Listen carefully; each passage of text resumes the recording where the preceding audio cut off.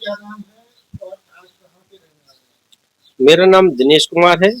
मेरी जन्मभूमि ग्राम जमखुरी, पोस्ट जरिया, जिला हमीरपुर, तहसील सरीला का मैं मूल निवासी हूँ।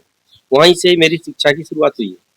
आपने 15 बार पहली बार हाई स्कूल की परीक्षा दी है और 9वीं बार इंटरमीडिएट की परीक्षा दी है, तो क्या कहना चाहेंगे? इसका जो विषय है, मुझे विषय जितने भी विषय हाई स्कूल इंटर में माध्यमिक शिक्षा परिषद बोर्ड प्रयागराज के द्वारा संचालित जितने भी विषय हैं, सभी विषयों का मुझे ज्ञान अर्जन करना है और मैं लगभग सभी विषयों की परीक्षा देना चाहता हूँ। जैसे कि कौन-कौन से विषय जैसे अभी फारसी रह गया, लैंग्वेज, हालांकि विषय मेरे सभी समाप्त हो गए हैं।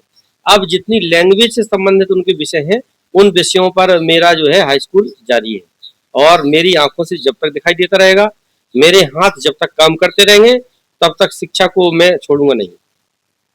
आप अभी तक जो आपके वर्ल्ड रिकॉर्ड बना है, कितने में आपका वर्ल्ड रिकॉर्ड बन गया? मेरा वर्ल्ड रिकॉर्ड 7वीं बार जब मैंने हाई स्कूल किया था, तो 7वीं बार करने के बाद माध्यमिक शिक्षा परिषद प्रयागराज के माध्यम से जब मैंने पास किया, तो high range of the world record ने इस माध्यम को अपने संज्ञान में लिया और संज्ञान में लेने के बाद मुझे टेलीफोन द्वारा मैसेज आया कि आपका ये है, डॉक्यूमेंट भेजिए। मैंने डॉक्यूमेंट भेजे, उन्होंने वेरिफिकेशन किया, तो मुझे high range of book of the world record ने एक विश्व रिकॉर्ड की उपाधि देकर सम्मानित किया। आपको लोग वैज्ञानिक क्यों कहते हैं? क्या आविष्कार किए थे? वैज्ञानिक के लिए मैंने कुछ नवाचार इस प्रकार किए हैं। एक हेलमेट बनाया हुआ था, हालांकि बनाए तो 3-4 इन्वेंशन किए हुए हैं। हेलमेट का माध्यम ये है कि जब तक 2 पहिया वाहन स्वामी अपने सर पर हेलमेट धारण नहीं करेगा, तब तक 2 व्हीलर वाहन स्टार्ट नहीं होगा। यह मेरे नवाचार किया था। इस नवाचार को हमारे पूर्व में रहे जिला विद्यालय निरीक्षक जालौन श्री भगवत पटेल साहब ने जब देखा, तो बच्चों की एक प्रदर्शनी में माननीय जिलाधिकारी महोदय की उपस्थिति में, प्रियंका निरंजन जी उस समय जिलाधिकारी हुआ करते थे, उनकी उपस्थिति में मुझे ये कार्यक्रम में हिस्सा लेने का मौका दिया। उस कार्यक्रम में उन्होंने घोषणा की कि ये वैज्ञानिक, यदि इसके सहयोग दिया जाए तो बहुत बड़ा वैज्ञानिक बन सकता है। उसी समय से लोग, मेरे इष्ट मित्र, मेरे परिवार के, मेरे रिश्तेदार दिनेश कुमार वैज्ञानिक कहकर बुलाने लगे। आपने इतनी बार हाई स्कूल किया कि आपको कोई सरकारी सुविधा मिली है? सरकारी सुविधाओं के लिए तो ये है कि मैं विभाग में पहले ही सरकारी सेवा प्रदान कर रहा हूँ।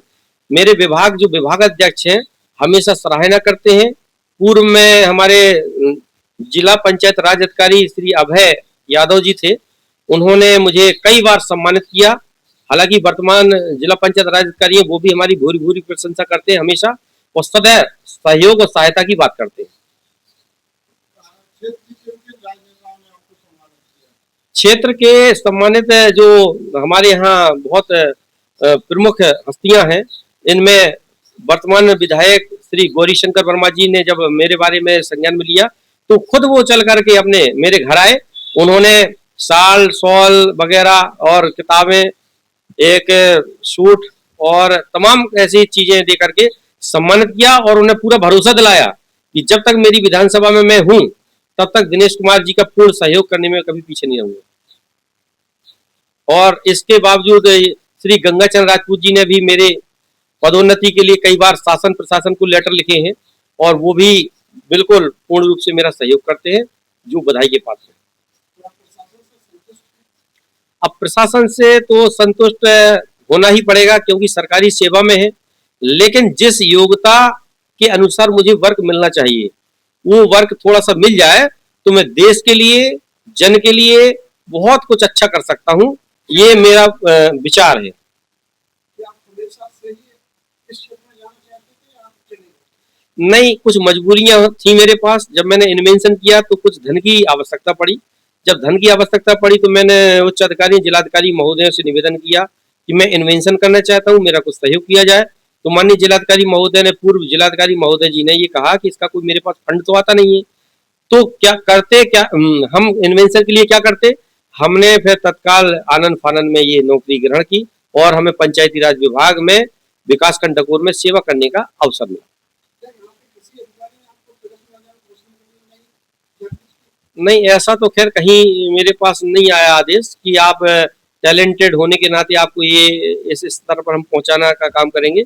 लेकिन हमारे विभाग ने हमको बहुत अच्छे शब्दों से, बहुत अच्छे विचारों से नवाजा है, जिसकी उपमा से हमें कार्य करने में कोई असुविधा नहीं होती है, न किसी प्रकार का घृणा होती है, और जो सरकारी सेवा मिली है उसको बिल्कुल तन मन धन लगन ईमानदारी से हम निर्वहन करते हैं।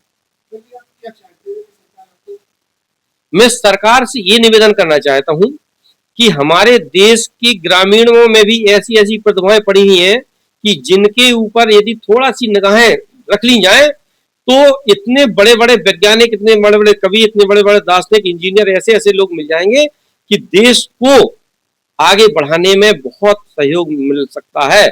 और यदि मैं अपनी बात कहूं तो मुझे यदि मेरे क्वालिफिकेशन के अनुसार, मेरी योग्यता के अनुसार कहीं मुझे अच्छी जगह पर बैठा दिया जाए तो मैं जिले का नाम नहीं बल्कि पूरे प्रदेश का नाम रोशन करने में पूरी भूमिका निभाने के में पीछे नहीं रहूंगा।